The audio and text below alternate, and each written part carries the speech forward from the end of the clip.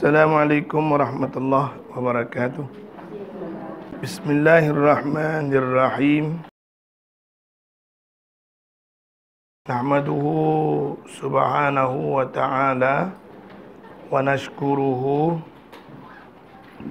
wa na'udzu bihi min syururi anfusina wa min sayyiati a'malina. Man yahdihillah fala mudilla lahu wa man yudlil fala hadiya lahu. Asyhadu an la ilaha illallah wahdah la syarika lah wa asyhadu anna sayyidana Muhammadan abduhu wa rasuluhu. Allahumma salli wa sallim wa barik ala sayyidil mursalin wa ala alihi wa ashabihi wa atba'ihi wa atba'it tabi'ina lahum bi ihsanin ila yaumiddin, amma ba'd. Subhanaka ya Rabb, la ilma lana illa ma 'allamtana innaka antal alimul hakim. La haula wa la quwwata illa billahil aliyyil azim. Puan-puan, ibu-ibu yang dirahmati Allah Subhanahu wa taala, sama-sama kita lahirkan setinggi-tinggi rasa syukur kehadrat Allah Subhanahu wa taala yang masih memberi peluang untuk sama-sama kita berada dalam majlis ini dalam keadaan sihat, dalam keadaan yang masih meneruskan hidup sebagai seorang hamba Allah yang Muslim. Mudah-mudahan dengan pertemuan ini keyakinan kita terhadap agama Allah semakin tinggi, komitmen kita untuk sama-sama kita buktikan yang kita adalah seorang hamba Allah dan masih berhasrat untuk menjadi hamba Allah. Bukan sekadar itu, sedang berusaha untuk mempertingkatkan kualiti sebagai seorang hamba Allah Subhanahu wa taala di atas muka bumi ini. Kita berbicara berkenaan dengan hadis hari ini, kan? Hadis yang ke-9 separuh baru kita belajar. Kita baca, kan? Dah habis? Banyak ke? Hadis yang ke-10. Okey. Puan-puan ibu yang dirahmati Allah, saya ada beberapa edisi syarah kepada hadis 40. Hadis 40 yang disusun oleh Imam Nawawi ni yang kita baca ni, yang banyak banyak kita jumpai di Malaysia, yang inilah yang disyarah oleh Syekh Mustafa Abdul Rahman ni. Bersama dengan saya juga ada buku, bukan hari inilah, ada satu buku nama dia Al-Wafi. Al-Wafi juga disyarah kepada hadis 40 Imam An-Nawawi, yang dibuat oleh seorang ulama daripada Syria, tapi dah diterjemahkan ke dalam bahasa Melayu. Dan bersama dengan saya juga hari ini saya bawa satu buku syarah kepada hadis 40 juga. Imam Ibnu Athar. Ibnu Athar ni anak murid kepada Imam An-Nawawi sendiri. Imam Nawawi dia susun hadis 40 tu hadis saja tau. Hadis saja. Dia tak syarah. Jadi ada di antaranya anak murid dia sendiri, Ibnu Athar, yang syarah hadis tu. Dan dia asalnya bahasa Arab, hurailah. Menghurai hadis tu. Dan saya juga ada buku, ni pun huraian kepada hadis 40 juga, tapi ni dalam edisi Arab lah. Jadi sebenarnya yang saya nak gambarkan pada puan-puan, hadis 40 ni dia mendapat tempat di hati para ulama. Bukan kita yang orang biasa-biasa ni je. Para ulama yang besar-besar juga memberi perhatian kepada hadis 40 ni, sehingga begitu banyak syarah yang dibuat. Saya tercari-cari juga syarah yang dibuat oleh Ibnu Hajar Al-Asqalani terhadap hadis 40 ni. Pun katanya menarik lah. Sebab Ibnu Hajar ni seorang qadhi yang besar, ulama besar. Dia bukan kata syarah hadis 40 ni, hadis Imam Bukhari tu disyarah. Kitabnya dekat 30 jilid. Tapi dia tidak terkecuali syarah hadis 40 ni. Maknanya hadis 40 ni dilihat begitu penting. Kalau tak penting, dia tidak mendapat tempat di kalangan para ulama yang besar-besar. Apalah artinya mereka nak mengambil perhatian sangat terhadap hadis 40 ni? Sebab hadis 40 ni perempuan yang paling mendapat tempat. Padahal hadis 40 ni banyak. Bukan ni je. Ada hadis 40 berkenaan dengan jihad, hadis 40 berkenaan dengan memanah, hadis 40 berkenaan dengan haji, hadis 40. Macam-macam hadis 40. Tapi yang paling mendapat tempat hadis 40 yang disusun oleh Al-Imam An-Nawawi rahimahullah, yang kita juga turut belajar. Kerana sebenarnya kalau kita paling-paling busuk lah, kalau kita belajar 40 hadis ni, dah kira basic agama tu dah dalam tangan. Begitulah perumpamaannya. Kenapa perlu sangat kita belajar hadis 40 yang disusun oleh Al-Imam An-Nawawi rahimahullahu ta'ala. Okey, kita cuba tengok hadis yang ke-10. Hadis yang ke-10 yang disusun oleh Al-Imam An-Nawawi, dalam ni ada 42, 43 hadis, 42 hadis. Diceritakan oleh seorang sahabat namanya Abu Hurairah. Abu Hurairah yang di kalangan sahabat yang betul-betul menerima direct daripada Rasulullah sallallahu alaihi wasallam, di mana Abu Hurairah berkata, qala Rasulullah sallallahu alaihi wasallam, Rasulullah sallallahu alaihi wasallam bersabda, inna Allah ta'ala tayyibun, inna Allah ta'ala tayyibun, la yaqbalu illa tayyiba,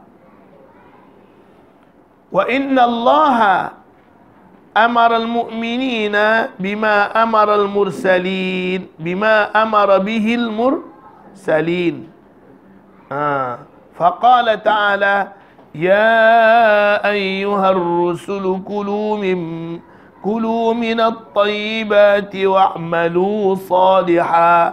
وقال تعالى يا أيها الذين آمنوا كلوا من طيبات ما رزقناكم. ثم ذكر الرجل يطيل السفر أشعث أغبر يمد يديه إلى السماء يا رب يا رب ومطعمه حرام ومشربه حرام وملبسه حرام وغذي بالحرام فأنا يستجاب له. Hadis ni mungkin puan-puan dah biasa dengar, cuma mungkin tak pernah baca teksnya ke macam mana, tapi dah biasa dengar lah. Selalu disebut oleh penceramah-penceramah, ustaz-ustaz yang mengajar dan sebagainya, selalu mengingatkan kita tentang hadis ini. Sangat penting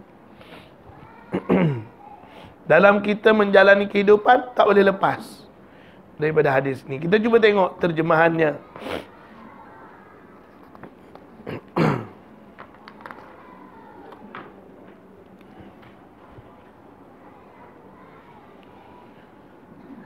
Dari Abu Hurairah radhiyallahu taala anhu, katanya, Abu Hurairah berkata, Rasulullah sallallahu alaihi wasallam bersabda, sesungguhnya Allah Taala itu baik. Tayyib mana baik. La yaqbalu illa tayyiba. Dia tidak akan terima apa-apa yang datang daripada hamba-hamba dia ni, melainkan yang baik-baik. Amalan ke apa-apalah. Yang baik baru Allah terima. Kalau tak baik, Allah tak terima. Itu kena jadi satu pegangan secara umum. Nak bagi untuk agama, untuk sedekah, untuk apa semua, bagi yang baik-baik. Nak buat, nak baca untuk Allah, untuk agama, buat secara baik-baik. Kajian nak masak, dia masak yang baik-baik. Baru orang makan pun puas hati. Kan? Mudah-mudahan. Dia sentiasa masak yang baik, yang terbaik, insya-Allah. Jadi semua orang, tak kira lah apa-apa bidang, kita kena ingat, bila melibatkan agama ni, sepatutnya yang terbaik. Sebab apa? Sebab kita nak buat untuk Allah, bukan untuk orang lain. Untuk Allah sudah pasti. Kalau boleh, untuk Allah itu adalah yang terbaik. Jangan kita tengok orangnya. Kita nak sedekah, tengok orang comot, busuk, bagi RM1 dah. Tadinya nak bagi banyak, tapi tengok orang ni tak senonoh apa semua, tak ada dia nak bagi lebih. Kalau kita ingat nak bagi tu bukan untuk dia, nak bagi Allah, nak tengok, kita akan bagi lebih sebagaimana. Tapi kalau kita bagi kerana orang, tengok orang sihat, segar bugar, minta sedekah, tak jadi dia nak dia bagi banyak. Bagi sekadar nak lepaskan malu je, RM1 je lah. Sebab apa? Sebab kita rasa macam bagi kat dia. Tapi kalau kita bagi kerana Allah Subhanahu Wa Taala, innallaha tayyibun la yaqbal illa tayyiba. Sesungguhnya Allah itu baik, dia tidak terima melainkan yang baik-baik. Maksud tidak terima ni bukan tak terima, yang tak baik pun Allah terima juga. Tapi yang mana yang lebih Allah suka lah.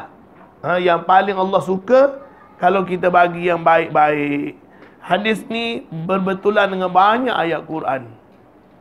Ayat Quran yang mempunyai makna yang sama, banyak. Nanti kita tengok dalam huraian dia nanti. Wa inna Allaha amara al-mu'minina bima amara bihil mursalin. Sesungguhnya Allah memerintah orang-orang mukmin dengan apa yang ia perintahkan kepada sekalian Rasul. Apa yang Allah perintahkan kepada Rasul, itulah juga Allah perintah kepada orang-orang mukmin. Lalu Nabi SAW membaca 2 ayat Quran. Yang pertama, Ya ayyuhar rusul, wahai para Nabi, para Rasul, Kulu minat tayyibat, makanlah yang baik-baik. Yang baik-baik. Apa maksud baik-baik tu? Yang baik-baik tu apa?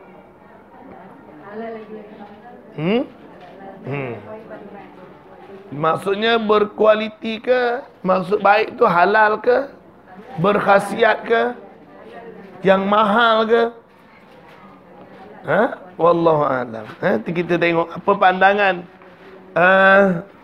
apa yang menghurai hadis ni, syarah kepada kita, apa pandangan mereka.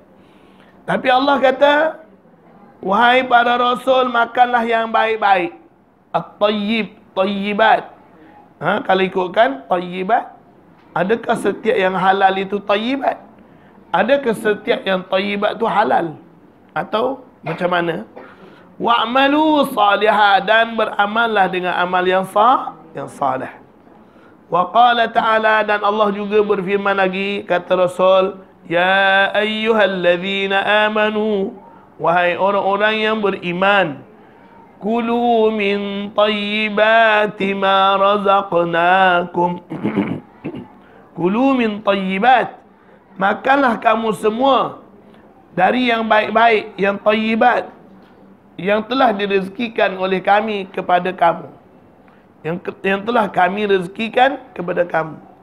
Maknanya yang Allah rezekikan tu banyak. Mungkin ada yang tayyibat, ada yang tidak tayyibat. Jadi Allah suruh pilih, Kulu minat tayyibat. Makanlah dari yang baik-baik. Nanti kita compare pula dengan yang Nabi makan. Macam mana? Kita dah baca dah makanan Nabi kan dalam kitab Syama'il. Thumma dzakara, kemudian Nabi menyebut Nabi sebut kisah seorang lelaki yutilus safar, panjang musafirnya,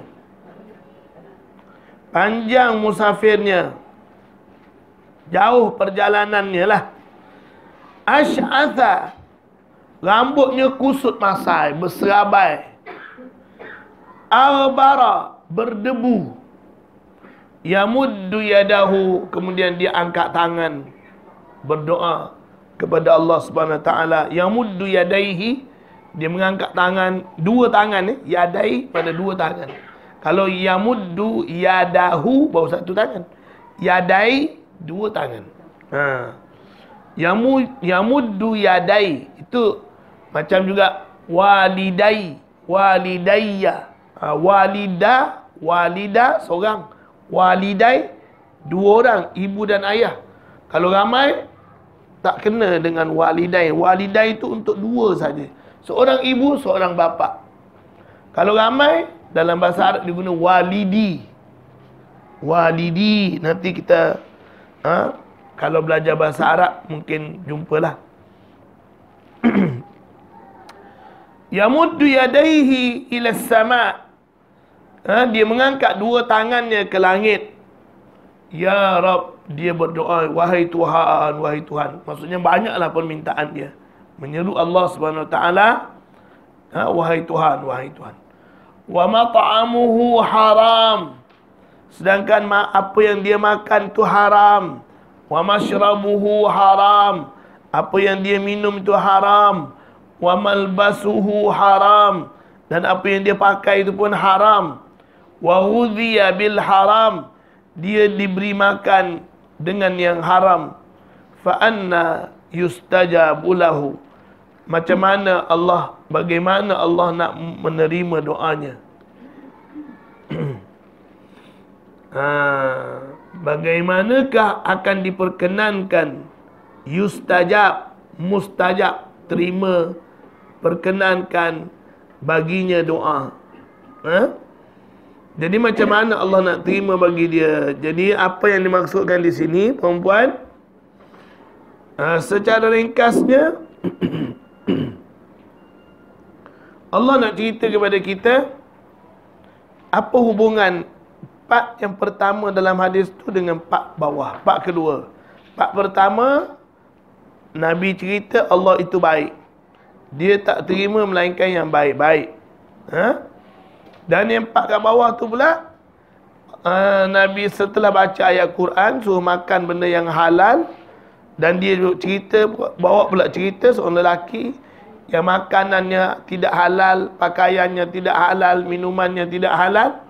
Dia berdoa, Allah tak terima. Maknanya di situ seolah-olah ada kaitan yang rapat di antara pemakaian, pemakanan, apa yang dia minum dengan ibadat yang nak dilakukan. Sama ada diterima atau tidak, ada kaitan dengan apa yang kita makan. Terutama sekali doa lah. Sebab yang disebut secara khusus dalam ni doa, kan? Yang disebut khusus dalam ayat ni, doa tidak diterima. Jadi perempuan, apa yang dapat kita faham, dalam part yang pertama tu cerita tentang Allah itu tayyib, dia suka yang tayyib. Jadi gambaran yang Nabi bagi seolah-olah tayyib itu ialah yang halal, kan? Maknanya secara sepintas lalu, yang tayyib tu ialah yang halal. Kalau kita terjemahkan tayyib tu dengan halal, maka dia sesuailah dengan semua yang ada sampai bawah tu. Tapi kalau kita terjemah tayyib tu dengan berkhasiat, macam dia tidak ada mesh pula dengan yang kat bawah tu, yang lelaki yang berdoa makanannya haram. Kita tak tahu dia tak sebut berkhasiat ke tak berkhasiat. Cuma dia cakap apa yang dia makan haram, pakaiannya haram, minumannya haram, dan dia diberi makan minum dengan makan minum yang haram. Huziya bil haram.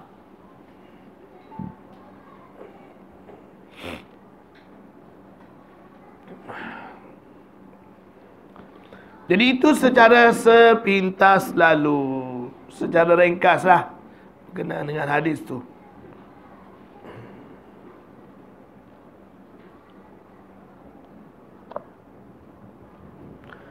Dalam buku ni pula, dalam buku yang diterjemahkan daripada syarah anak murid Imam An-Nawawi ni, dia kata ghudhiya bil haram, makna dia dibesarkan daripada kecil sampai dewasa dengan makanan yang haram.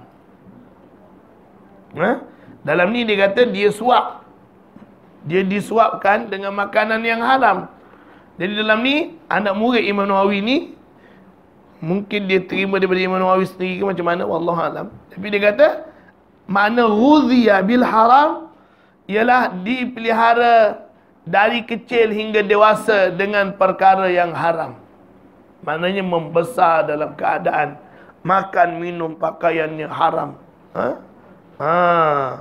Jadi bila dia angkat tangan berdoa, ya Rab, ya Rab, dia menyeru Allah Subhanahu Wa Taala, tapi Allah tidak menyahut seruannya kerana dia membesar dalam keadaan sedemikian. Okey puan-puan, kita cuba tengok huraian seterusnya.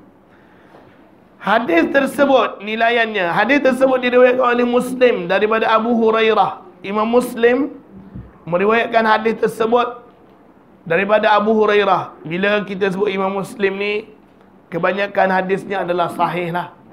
Maknanya boleh dikatakan hampir tidak dipertikaikan bila riwayat Muslim, riwayat Bukhari adalah sahih. Di antara nilai hukum yang diisyaratkan ialah peri mustahaknya makanan yang halal bagi orang yang beriman dengan dalam hubungannya dengan ibadat dan doanya.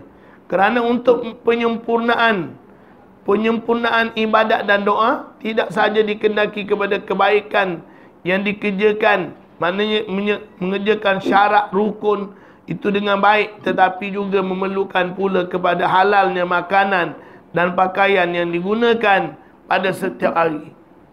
Maknanya kita nak beribadat dengan sempurna, bukan semestinya kita belajar syarat, rukun, fiqh, akidah, tauhid, tasawuf, tapi makanan tak jaga, tak sempurna.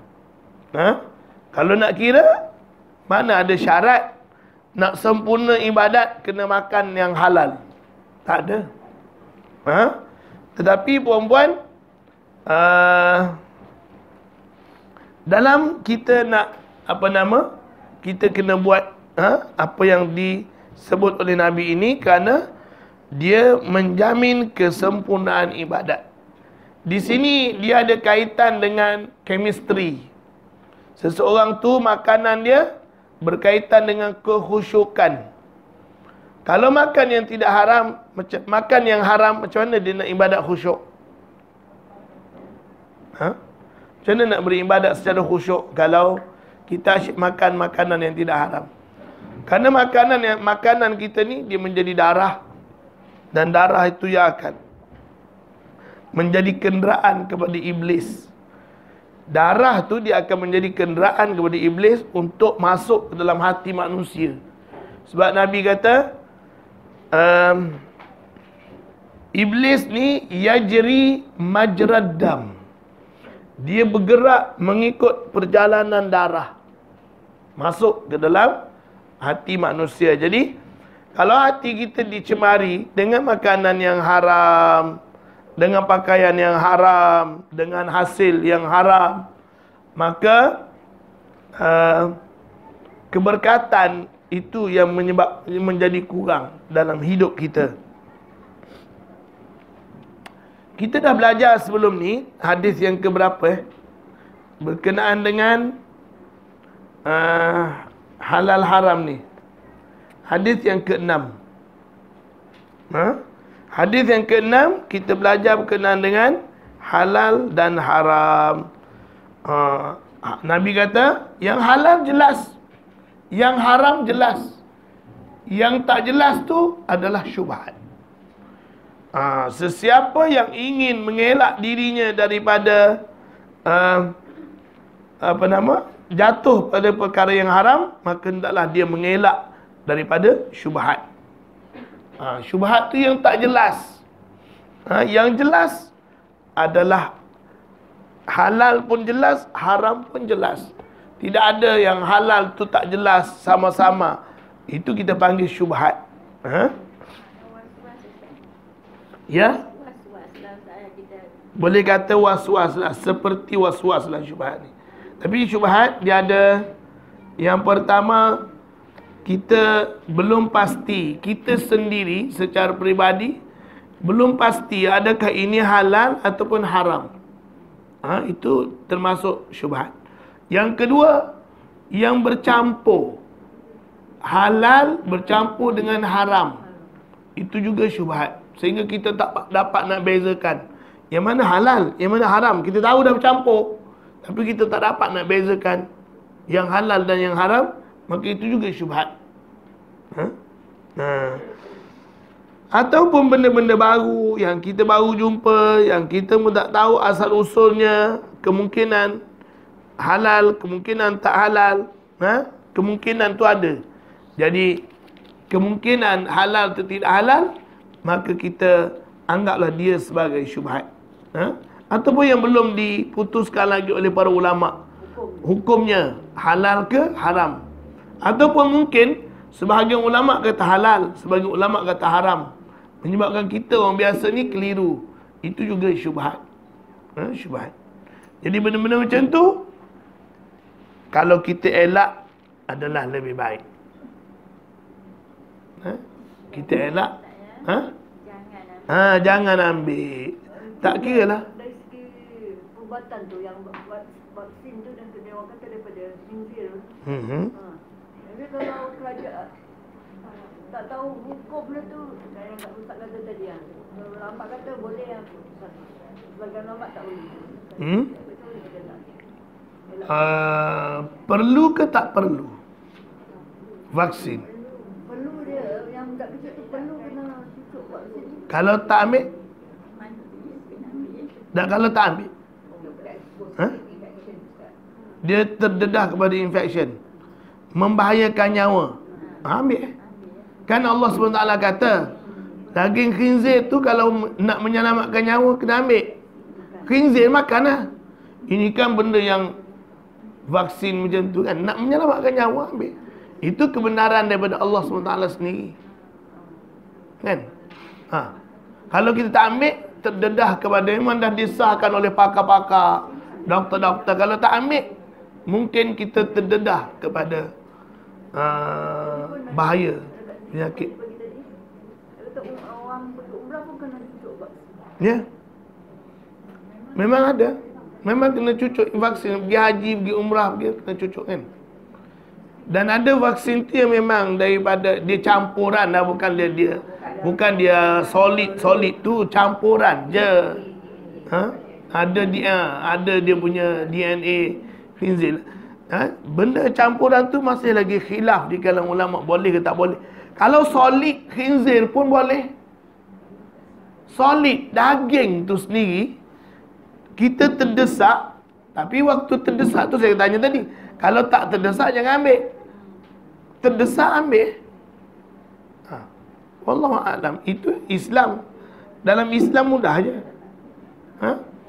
Bukan kata, oh tak payah ambil, biarlah rela mati.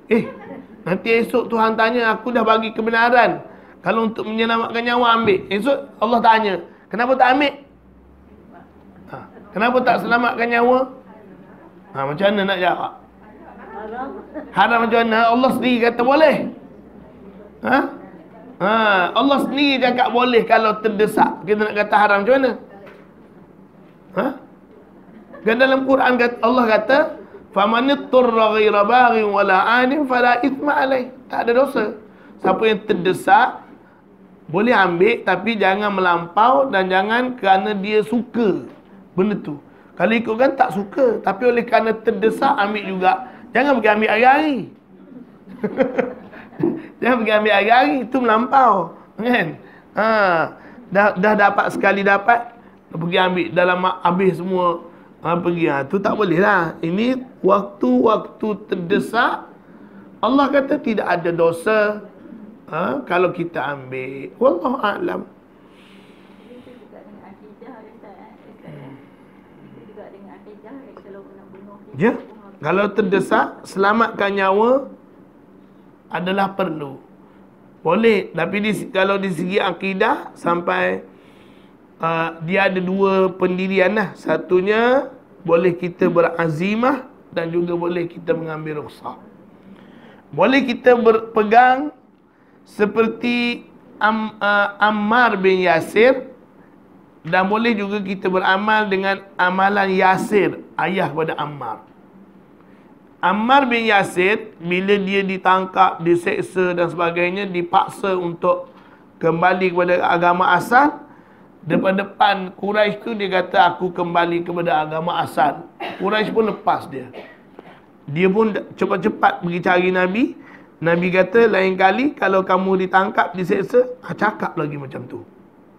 Maksudnya, mengakulah depan dia, kita ni dah ikut agama dia, tapi lepas tu kita cakap depan dia je. Dalam hatinya tidak. Untuk selamatkan diri kita daripada dibunuh. Sebab apa? Bapa dia dibunuh, mak dia dibunuh. Tapi boleh juga, tak haram juga masa itu. Dua-duanya boleh.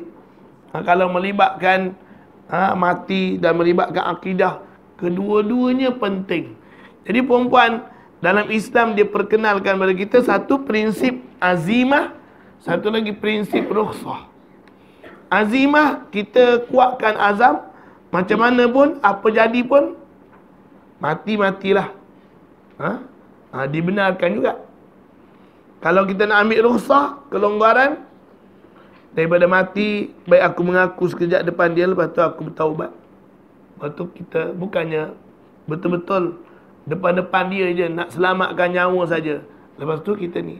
Itu pun dibenarkan di dalam Islam, bila melibatkan kedua-dua yang penting. Wallahu ta'ala a'lam.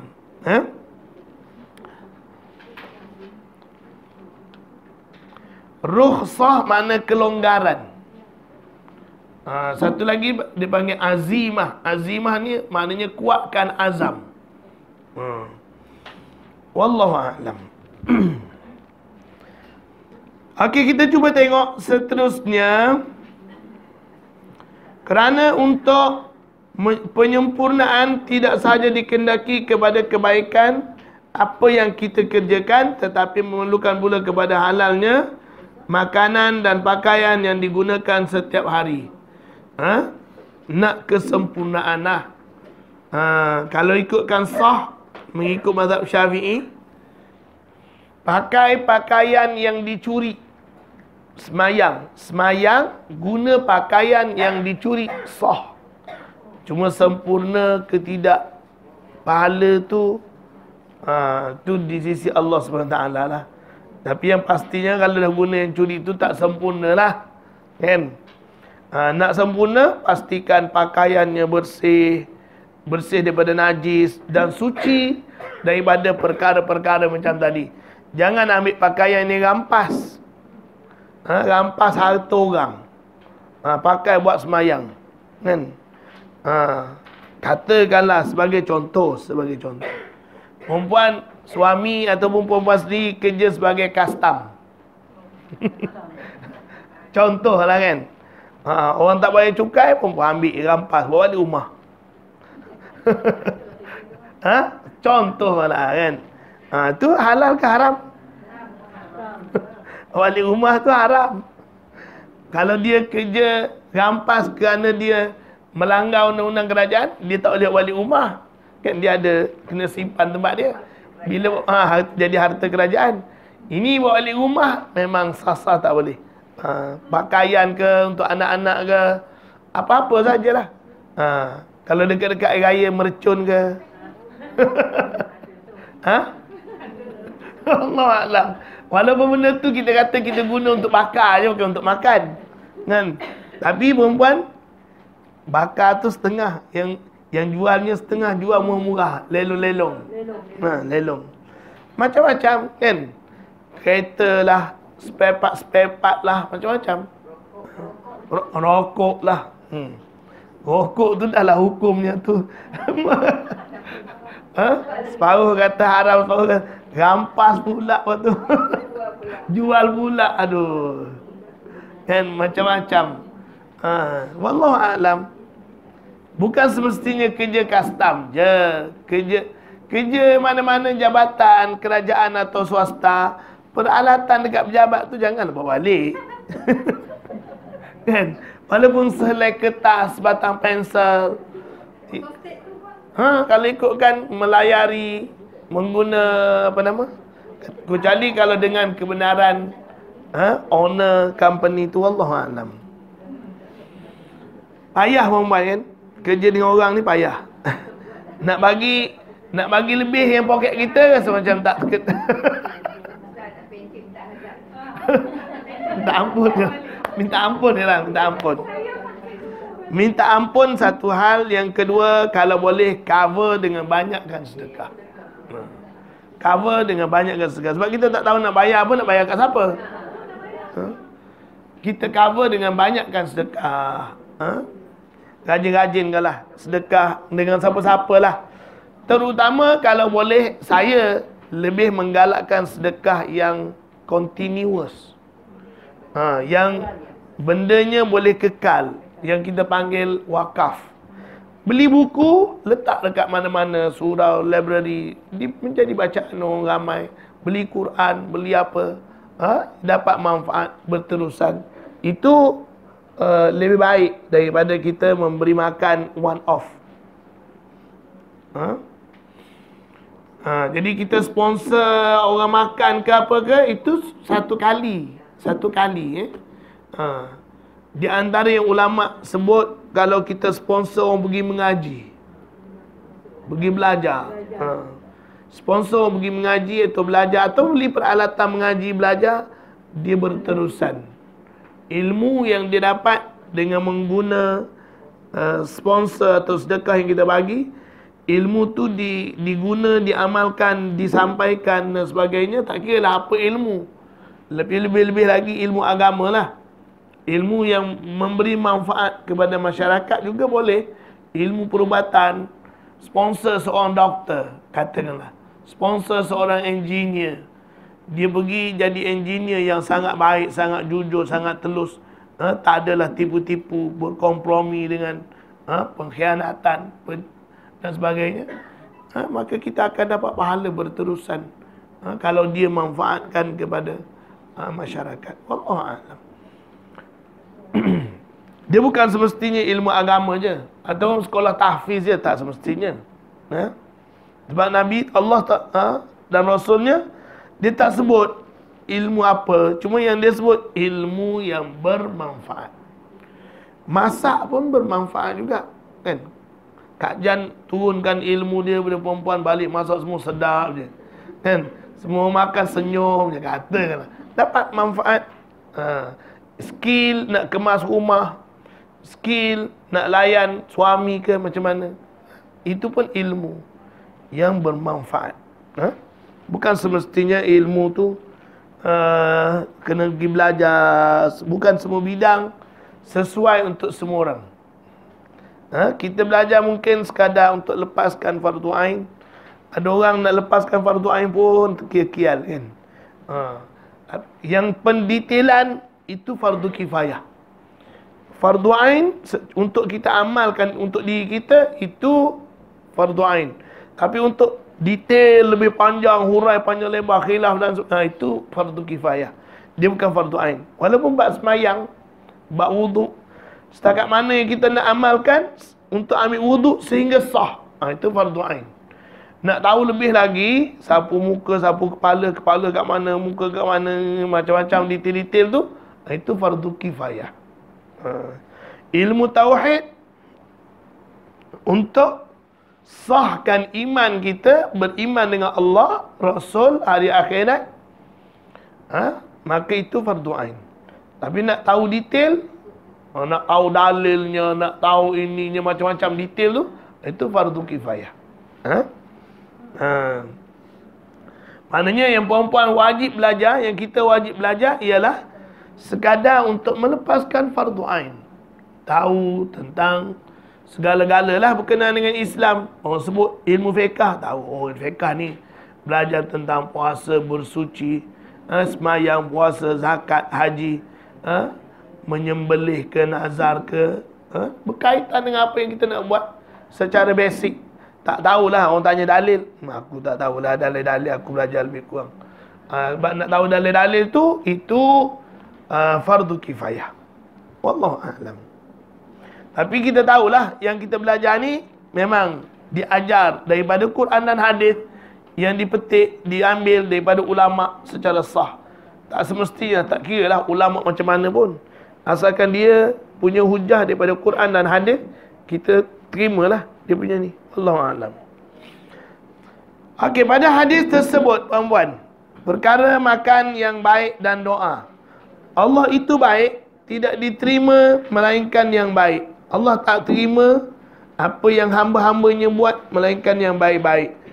Bahawa Allah itu baik, dia tidak terima, tidak ia terima, iaitu tidak Allah menerima melainkan yang baik. Erti yang baik, yang dimaksudkan di sini ialah yang suci dan bersih dari segala keburukan pada amal dan juga harta benda. Dan ini berarti bahawa Allah SWT yang baik itu tidak akan menerima dari seseorang amal yang campuri riak, bangga, juga sedekahnya dari hartanya yang haram, kerana sifat yang mengotorkan amal dan sedekah bukanlah dari suatu yang baik, malahan dari yang buruk, dan Allah tidak menerima sesuatu yang buruk walaupun kelihatan pada zahirnya baik. Kalau kita tengok di dalam Al-Quran, banyaklah Allah sebut. Di antaranya Allah SWT sebut dalam Al-Quran, lan tanalul birra hatta tunfiqu mimma tuhibbun. Kamu tidak akan capai sebenar-benar kebajikan melainkan setelah kamu menderma ataupun membelanjakan apa yang kamu suka. Yang kita sayang, yang kita suka tu kita belanjakan, kita berikan, sedekahkan, maka itu kita akan dapat kebajikan yang baik. Yang kita suka tu maksudnya yang kita perlu. Yang kita perlu, itulah kita dermakan, kita belanjakan. Walaupun kita sendiri perlu, tapi kita korban untuk orang lain, itu pahalanya besar. Lebih besar daripada sedekah-sedekah yang lain. Perempuan, sedekah ni, dia pahala dia memang tak sama. Seorang sedekah dengan seorang lain tak sama. Nabi kata, sedekah yang paling besar pahalanya ialah bila kita sedekah dalam keadaan kita perlu kepada benda tu, dan pada waktu tu kita tak ada pilihan lain dah, itu saja. Kita sedekahkan juga, itu pahalanya besar. Bergantung kepada tahap kesusahan, ataupun dipanggil dalam bahasa Arab ni masyaqqah. Masyaqqah tu ialah kesusahan yang kita tanggung. Setakat mana kesusahan yang kita tanggung, maka pahala dia pun bergantung kepada itulah. Mana kemungkinan orang yang sedekah RM1, kita sedekah RM1, saya sedekah RM1, perempuan sedekah RM1, pahalanya berbeza-beza. Bergantung. Saya sedekah RM1, dalam poket tak ada dah, itu je lah RM1. Minyak kereta pula menyala dah, katakan motor dah menyala dah, itu je lah duit nak ubah minyak kereta. Dan pilihan lain dah tak ada dah. Dalam bank pun kosong dah, account 00. Dah tak boleh dah. Pergi cucuk kad, minta maaf dah. Katakanlah sebagai contoh kan. Maka pada waktu itu kalau dia bersedekah juga, pahalanya sangat besar. Sangat besar.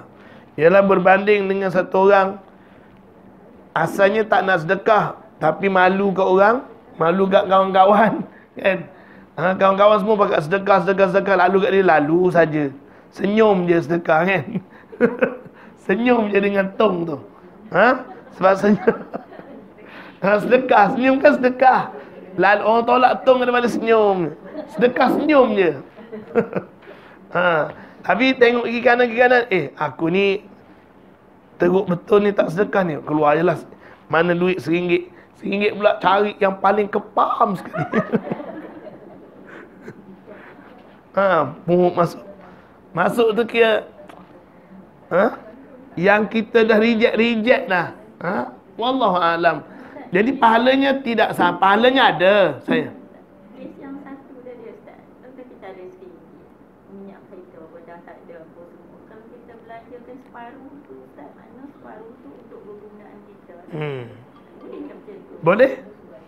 Separuh ke sebahagian dah, tak semestinya. Tak semestinya sedekah semua. Tapi kalau nak sedekah semua pun boleh.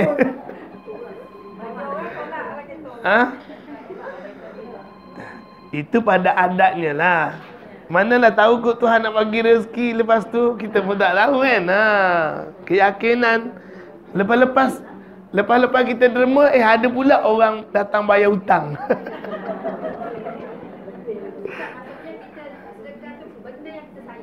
Ya, nak ceritanya tu sayang. Benda yang kita suka, yang kita sayang. Dalam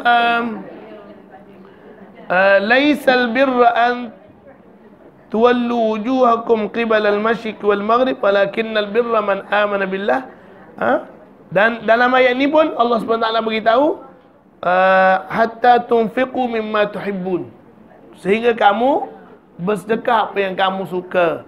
Dalam ayat yang lain Allah SWT kata, ya ayyuhalladzina amanu anfiqu min tayyibati ma kasabtum. Wahai orang-orang yang beriman, belanjalah apa yang baik-baik daripada apa yang kamu usahakan. Jangan kamu bagi kepada orang sesuatu yang kamu tidak suka. Kira-kira kalau orang bagi benda yang sama kepada kita, kita nak terima pun berat. Kan? Sebab benda tak elok. Tahu dah benda tak elok, kita nak terima pun berat. Kalau terima pun, kamu tutup mata. Illa an tughmidu fih. Terima dalam keadaan tutup mata je lah. Dah orang bagi, ambil je lah. Sampai separuh jalan, buang. Contoh kan. Yalah, kadang-kadang kita tak, bagi kita benda tu tidak bermanfaat. Perempuan pergi ke perkampungan orang asli, sebagai contoh lah. Pergi-pergi, dia pakaikan perempuan, apa nama? Yang buat daripada daun kelapa tu kan. Dia jalin daun kelapa tu, letak kat kepala, letak kat lengan, letak apa semua. Alah perempuan. Masa kat situ kita pakai lah, dah tak boleh nak elak kan. Sampai separuh jalan, buang. Bukannya ada manfaat. Terima pun dalam keadaan pejam mata je. Wallahu a'lam. Sebagai contoh. Jadi apa-apa keadaan perempuan kita andaikan sendirilah.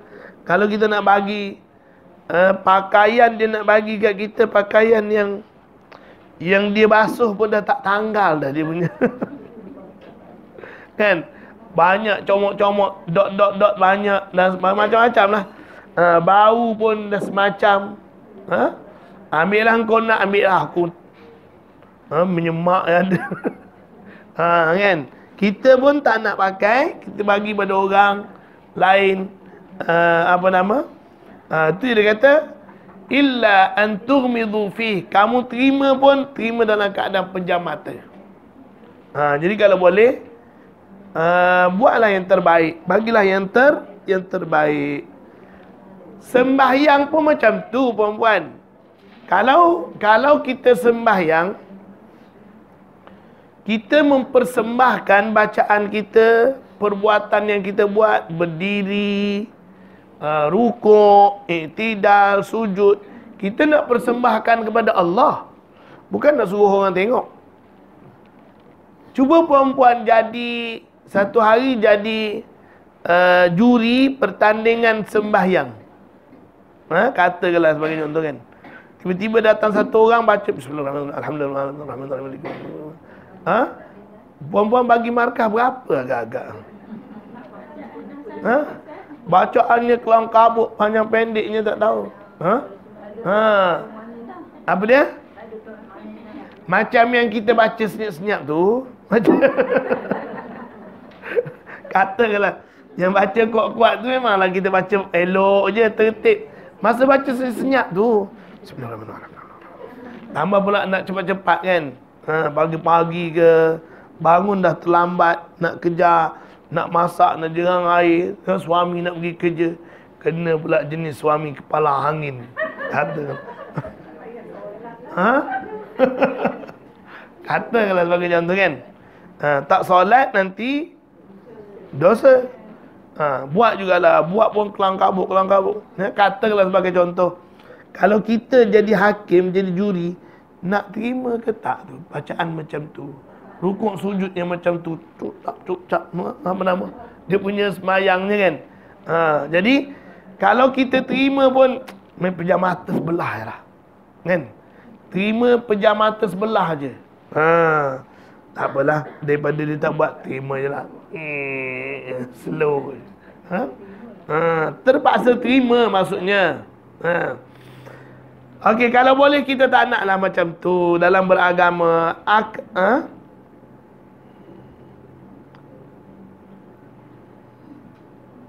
Amal seorang yang beriman mempunyai hubungan yang rapat sekali dengan makanannya dan minumannya, iaitu makanannya dan minumannya hendaklah dari yang halal. Yang halal menurut pandangan syarak adalah yang baik, walaupun tidak lazat rasanya.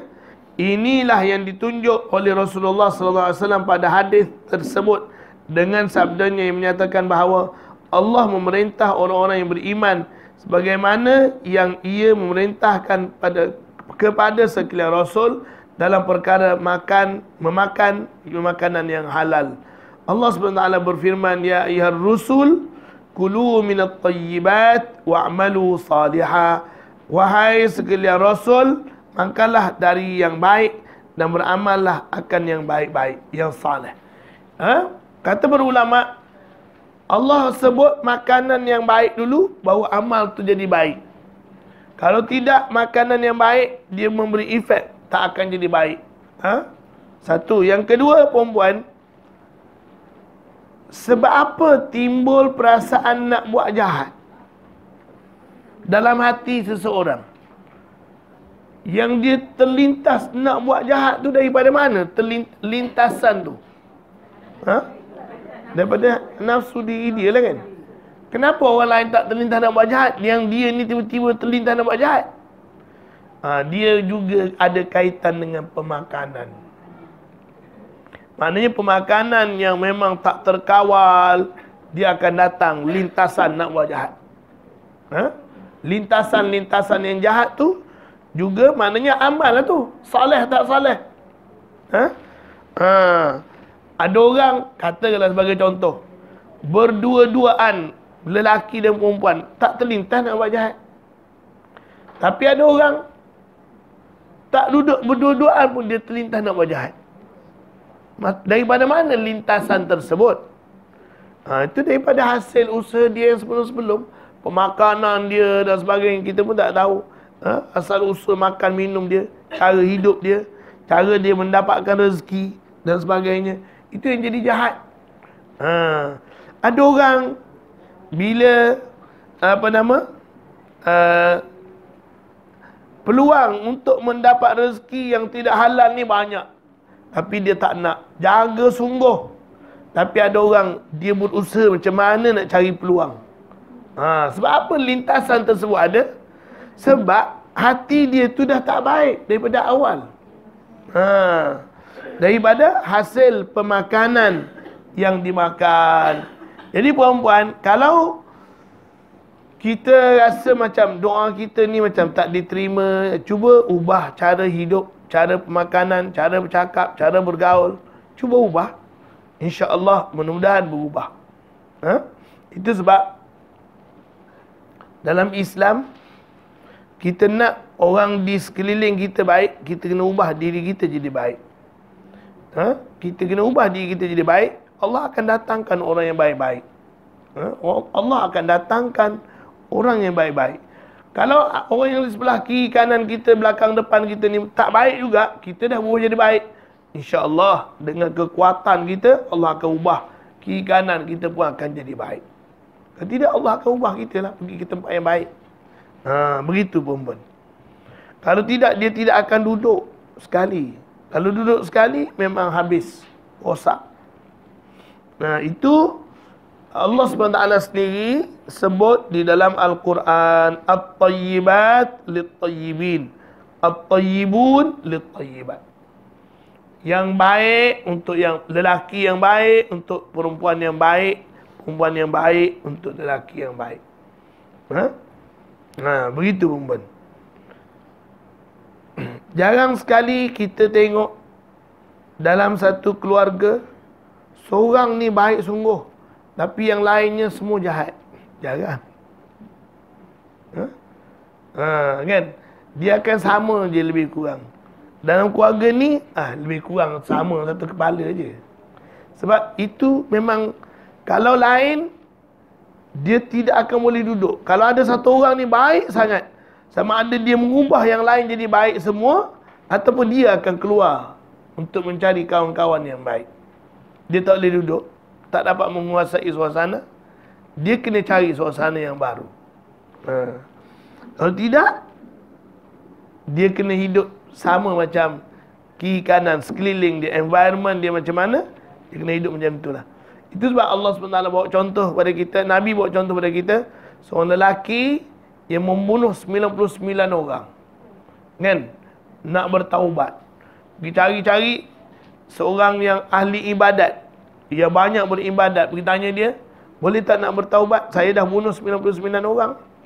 Boleh tak saya nak bertaubat? Dia kata, dengar dosa bunuh 99 orang.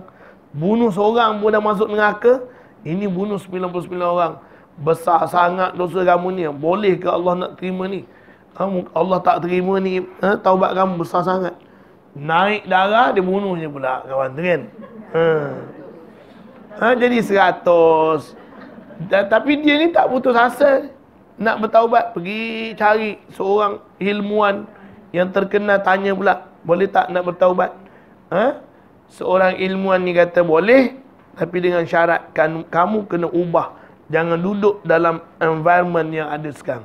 Pergi cari suasana baru, persekitaran yang baru.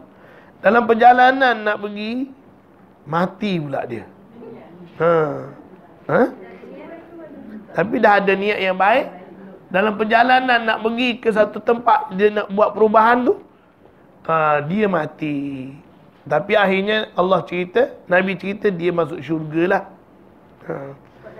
Dah ada niat yang baik, dia dah mula melangkah untuk pergi ke tempat yang baik. Cuma belum sempurna lagi kan, belum lengkap. Wallahu a'lam. Anak-anak yang tak baik ni betul daripada ayah dia kan. Mak ayah keluarga lah. Cara macam mana mak ayah mendidik, kadang-kadang hasil pendapatan mak ayah tu macam mana. Kadang-kadang dia kerja tu dah tempat halal. Kerja tu, kerja yang halal. Tapi macam mana cara kerja? Cara dia kerja tu, ponteng-ponteng ke, tinggal-tinggal ke, banyak tugas. Gaji tak potong. Katakanlah, gaji mana nak potong? Tapi, rezeki itulah bawa balik ke anak. Jadi keberkatan memberi rezeki itu tak ada. Jadi, daripada rezeki itu jadi darah daging anak-anak. Itu yang timbul macam-macam. Ya? Masalah. Semoga Allah SWT memberi hidayah dan petunjuk kepada kita semua, insya-Allah. Okey, puan-puan, kita cuba sambung. Dua ayat ini menjelaskan kepada kita bahawa sekiranya Rasul dan umat mereka disuruh makan dan minum dengan makanan yang baik-baik, iaitu yang halal, dan direzekikan kepada mereka, kerana makanan yang halal menjadi syarat utama bagi kesucian amal yang akan diterima oleh kita sendiri, yang diterima oleh Allah SWT. Orang yang beriman dikehendaki supaya amalnya bersih, dan dikehendaki juga supaya jiwanya atau hatinya digerakkan oleh kekuatan darah yang bersih dari makanan yang haram, serta dihiasi badannya oleh pakaian yang bersih dari milik yang haram. Maknanya jangan ambil yang haram lah. Makanan yang haram jangan ambil. Sebab apa? Dia akan jadi darah daging. Mana diri kita ni, termasuk hati kita, fikiran kita, digerakkan oleh makanan yang darah daging yang hasil daripada makanan yang bersih, bukannya makanan yang haram. Sebenarnya yang haram ni pun terhidang depan mata. Kalau nak yang haram banyak je. Kan? Kalau kita nak yang haram, kalau perempuan boleh terima lah yang haram, banyak pun. Banyak peluang untuk kita dapat secara haram. Tapi kita tak nak. Nak dengan tak nak je. Kalau nak, banyak boleh dapat yang haram. Tapi nak ke tak nak, itu masalah dia. Bagi orang yang jiwanya, dirinya digerakkan oleh darah daging yang haram, mungkin bagi dia tak ada masalah lah. Haram pun semacam, yang halal pun semacam. Jadi perempuan, dia akan berkekalan.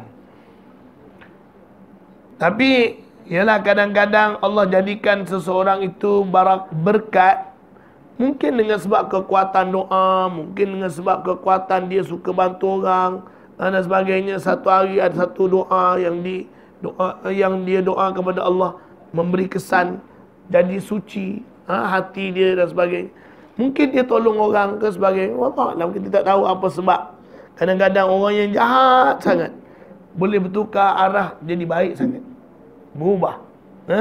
Mungkin di sana ada keberkatan, keberkatan yang Allah kurniakan pada seseorang atau pada sesuatu yang menyebabkan dia berubah.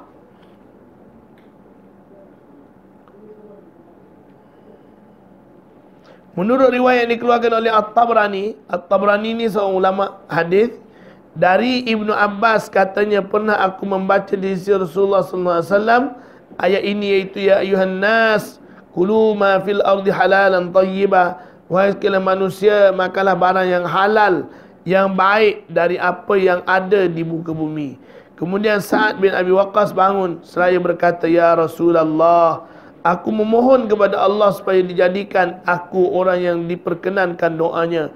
Lalu Rasulullah SAW bersabda, ya Sa'ad, atib mat'amaka takun mustajabad da'wah. Walladhi nafsu Muhammadin biyadih, innal abda la yaqdhifu al-luqmata al-harama,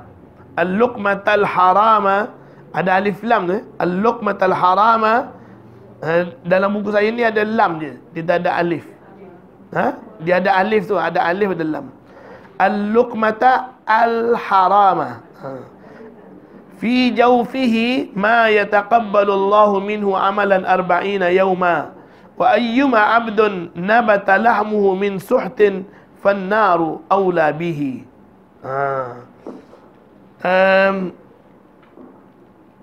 Wahai Sa'ad, kata Nabi, bagus. Ya? Tambah alif. Al-harama. Ada alif tu ke depannya. Wahai Sa'ad, baguskanlah makanan engkau, nescaya engkau adalah orang yang diperkenankan permintaannya. Dan demi diri Muhammad di tangannya, sesungguhnya seorang hamba yang menyuap sesuatu makanan yang haram ke perutnya, tiada diterima Allah daripadanya amal 40 hari.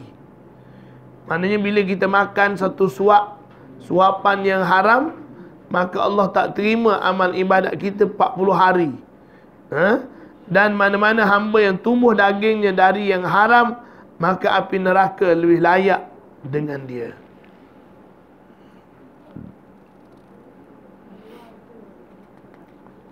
Difahamkan dari hadis ini bahawa doa yang diperkenankan adalah doa orang yang makan makanan yang halal. Perempuan Sa'ad bin Abi Waqqas ni, dia terkenal di kalangan sahabat yang mustajab doa. Mana lepas daripada peristiwa ni, dia memang betul-betul jaga makanan dia, tak makan melainkan setelah dia pastikan makanan itu adalah halal, untuk memastikan doa dia diterima oleh Allah SWT. Dia pernah mendoakan seorang lelaki yang menuduh dia sembahyang tak betul, kan? Saya pernah sebut pada perempuan, Sa'ad bin Abi Waqqas ni, dia jadi gubernur di Kufah pada zaman pemerintahan Omar. Masa dia jadi gubernur dekat Kufah, Orang Kufah, ada setengah orang Kufah yang tuduh dia semayang tak betul. Perempuan Sa'ad bin Abi Waqqas dijamin ahli syurga di antara 10 ahli syurga. Di antara 10 orang yang dijamin oleh Rasulullah, salah seorangnya ialah Sa'ad bin Abi Waqqas. Tiba-tiba dituduh sembahyang tak betul. Orang Kufah Iraq ni perempuan bermasalah daripada dulu. Itu sebab kalau cerita hadis atau sebagainya daripada Kufah atau Basrah, kena hati-hati. Jangan cepat-cepat terima. Sebab daripada sanalah banyaknya pemalsuan hadis, pemalsuan maklumat dan sebagainya, daripada Kufah dan Basrah, ataupun secara umumnya daripada Iraq. Iraq ni memang bermasalah daripada dulu perempuan. Jadi Sa'ad bin Abi Waqqas akhirnya dipanggil oleh Sayyidina Umar dan dia mendoakan, sekiranya apa yang dia tuduh ni tak betul, ya Allah azabkanlah dia daripada dunia ni sampai ke akhirat. Orang yang dia doakan tu katanya dipanjangkan umur oleh Allah SWT dalam keadaan yang sangat kurang baik lah. Dia panjang umur sampai dia punya kelopak mata ni perempuan menutup mata. Dia jadi, tak tahulah, jadi gelebeh macam mana. Menutup mata, sukarlah untuk dia nak menjalani kehidupan dia. Akhirnya dia jatuh dalam tanah dia sendiri dan dia mati sebab dia jatuh dari lubang. Tapi orang semua tak suka pulau dia dan sebagainya. Maknanya dia ni akhlak pun memang kurang baik. Kalau tidak, takkanlah perempuan sanggup memfitnah 10 orang sahabat yang dijamin syurga ni, semuanya akhlaknya baik-baik perempuan. Bukannya calang-calang manusia. Kalau tidak, takkan dijamin oleh Rasul untuk jadi ahli syurga. Bukan calang-calang Sa'ad bin Abi Waqqas. Tapi dituduh dengan macam-macam. Uthman pun dituduh mengkhianati wang zakat dan apa macam-macam.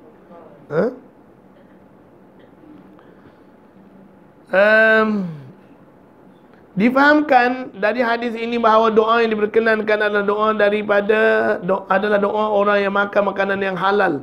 Demikian pula amal orang yang diperlukan juga kepadanya makanan yang seperti itu. Di antara amal yang tidak diterima ialah sedekah dengan harta yang haram, sebagaimana yang disebut dalam Sahih Muslim menurut riwayat Ibnu Umar radhiyallahu anhuma dari Nabi sallallahu alaihi wasallam, sabdanya, la yaqbalullahu salatan bighairi tahurin wala sadaqatan min ghululin. Tidak diterima Allah akan sembahyang dengan tiada suci. Suci itu maksudnya berwuduk lah, suci daripada hadas dan juga najis. Dan tiada diterima akan sedekah dari khianat. Sedekah yang daripada khianat, yang ada riak, ada sum'ah, ujub dan sebagainya, ada ungkitan, ada unsur-unsur menyakitkan orang yang menerima, itu tidak ada pahala. Perempuan payah juga kadang-kadang. Tambah kalau kita tengok hari ni dekat-dekat pilihan raya ni macam-macam orang politik ni memancing. Perempuan nak bagi sedekah tu tak kira siapa boleh bagi, tapi jangan ungkit. Nabi kata, Allah kata siapa ungkit pahalanya hancur. Jangan ungkit lah. Walaupun dah lama sedekah, kalau ungkit habis. Jangan ungkit. Yang kedua, jangan riak, kan? Au yunfiqu ma lahu ria'an nas wala yu'minu billah wal yawmil akhir. Orang yang bersedekah dalam keadaan riak, sebenarnya dia tak beriman dengan hari akhirat, kata Allah SWT. Jadi untuk menyelamatkan ibadat kita, pastikan kita ikhlas. Tiada pernah ditanya kepada Ibn Abbas tentang seorang yang bekerja melakukan penganiayaan dan mengambil yang haram, kemudian dia bertaubat, mengerjakan haji, memerdekakan hamba dan bersedekah. Ibn Abbas menjawab dengan ringkas tapi tegas, itu innal khabith la yukaffirul khabith. Sesungguhnya yang kotor tidak menghilangkan yang kotor. Sesuatu yang kotor tidak boleh menghilangkan kekotoran yang lain. Air yang kotor nak menghilangkan kekotoran pada baju, pada pakaian, tak boleh. Begitu juga sesuatu harta yang kotor tidak boleh nak membersihkan jiwa walaupun dia bersedekah di jalan Allah SWT. Dia bersedekah hasil daripada usaha yang tak betul, kan? Jadi walaupun dia bersedekah, yang haram tidak menyucikan yang haram. Jadi kita nak pahala daripada nak kifaratkan dosa, nak mesti sedekah yang daripada rezeki-rezeki yang halal. Kalau Ustaz kata dia tu bekas pencuri rokok, banyak duit simpanan dia, tapi akhir dia bertaubat, Ustaz, dia gunakan duit tu untuk bersedekah. Macam mana tu Ustaz? Akhirnya dia bertaubat lah Ustaz, tapi dia guna duit tu untuk bersedekah. Dia kalau bertaubat dia kena pulangkan. Bukan sedekah, kena pulangkan. Yalah, yang kita ambil hak orang kena settlekan dulu dengan tuan dia. Tidak, tak settle. Dia rompak bank, kata Ustaz, dia nak pulang. Macam mana nak pulang balik kat bank? Kata dia nak berakhir, nanti dia pula kena tahan. Macam mana Ustaz? Dia kena usaha lain. Tak boleh nak sumbang duit tu. Yang tu kalau dia sumbang pun mungkin tak tahu dapat pahala ke tak pahala, wallahu a'lam. Yalah, walaupun dia bertaubat, dia kena usaha yang lain untuk sihatkan tu, bersihkan balik dia punya pendapatan dan sebagainya. Mudah-mudahan Allah SWT terima amalan-amalan yang seterusnya. Dia bertaubat sangat bagus, dan kena usaha lain lah. Jangan guna rezeki tu untuk meneruskan hidup dia. Wallahu a'lam.